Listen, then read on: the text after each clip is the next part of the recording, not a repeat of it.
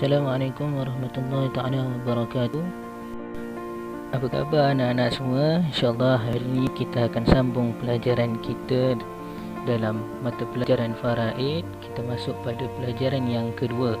Sebelum tu kita dah kenal apa dia yang kita telah belajar dalam pelajaran yang pertama, iaitu pengenalan ilmu Faraid. Dalam pengenalan ilmu Faraid kita dah belajar tentang ta'rif Faraid, dalil pelaksanaan hukum, faedah-faedah mempelajari ilmu Faraid, rukun mempusakai, syarat-syarat mempusakai, sebab mempusakai, kewajipan sebelum membahagi harta pusaka, golongan yang mempusakai dan tidak boleh mempusakai. Semua tu kita dah belajar.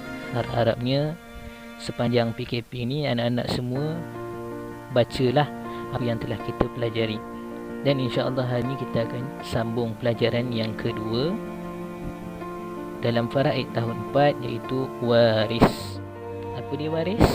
Waris itu adalah mereka yang dinasabkan kepada si mati, seperti anak lelaki, anak perempuan, ibu, bapa dan lain-lain.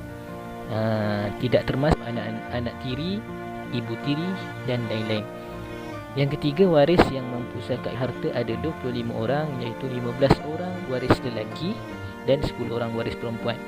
25 orang, 15 orang laki-laki, 10 orang perempuan. Jadi kesemuanya ada 25 orang waris yang mempusakai harta. Okey, baik. Kita cuba kenal siapa dia 25 orang tersebut. Bermula daripada waris lelaki yang ada 15 orang.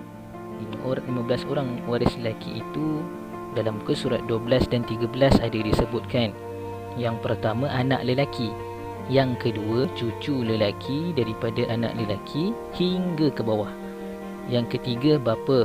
Yang keempat, datuk sebelah bapa. Yang kelima, saudara lelaki seibu sebapa. Yang keenam, saudara lelaki sebapa. Yang ketujuh, saudara lelaki seibu. Yang kelapan, anak lelaki kepada saudara lelaki seibu sebapa, yang ni anak saudara. Yang kesembilan, anak lelaki kepada saudara lelaki sebapa, itu anak saudara sebapa.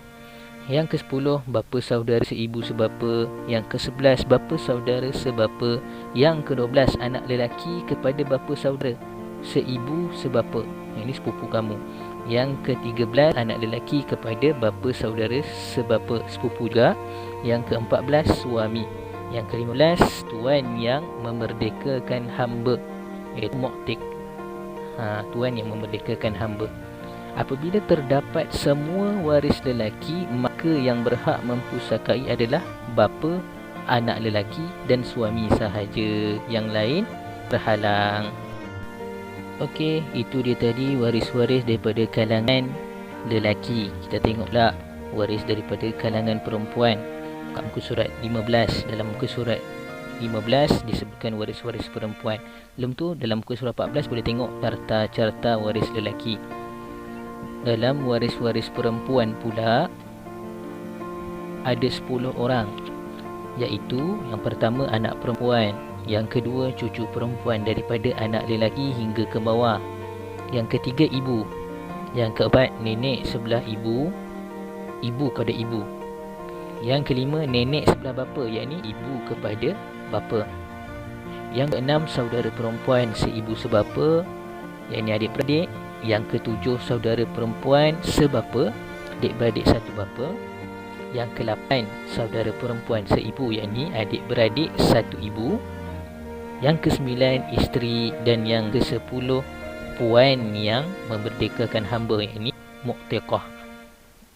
Okey, apabila dapat semua waris perempuan, maka yang berhak mempusakai adalah isteri yang pertama, yang kedua anak perempuan, yang ketiga cucu perempuan daripada anak lelaki, yang keempat ibu, dan yang kelima saudara perempuan seibu sebapa sahaja. Yang lain terhalang. Okey, untuk lebih jelas kamu boleh tengok muka surat 16. Kat situ ada carta waris-waris perempuan. Daripada si mati pergi kepada waris-waris yang 10 tadi. Okey. Baik, habis untuk carta waris-waris perempuan. tengok pula waris-waris lelaki dan waris-waris perempuan. Apabila terdapat semua waris lelaki dan waris perempuan, maka yang berhak mempusakai harta adalah bapa yang pertama, yang kedua ibu, yang ketiga anak lelaki, yang keempat anak perempuan, yang kelima suami ataupun isteri, bergantung kepada siapa yang meninggal dunia. Boleh juga disebutkan sebagai lima-lima ini adalah ahli fardu.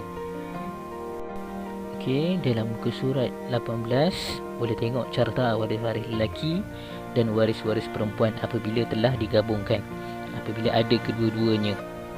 Okey, yang warna kuning itu adalah waris daripada kalangan waris perempuan, dan yang warna biru itu daripada kalangan waris lelaki. Okey, boleh tengok. Cuma yang membezakan antara mereka adalah mu'tiq dan mu'tiqah. Dia tidak ada kaitan dengan si mati, tapi apabila dia membebaskan seorang hamba, maka dia berhak mendapat harta pusaka daripada hamba yang telah dibebaskan jika hamba tersebut meninggal dunia. Okey, saya rasa sampai di sini sahaja dahulu untuk pelajaran kita kali ini dalam pelajaran yang kedua, bab waris. InsyaAllah akan datang kita akan sambung dalam bab yang ketiga, zawil arham.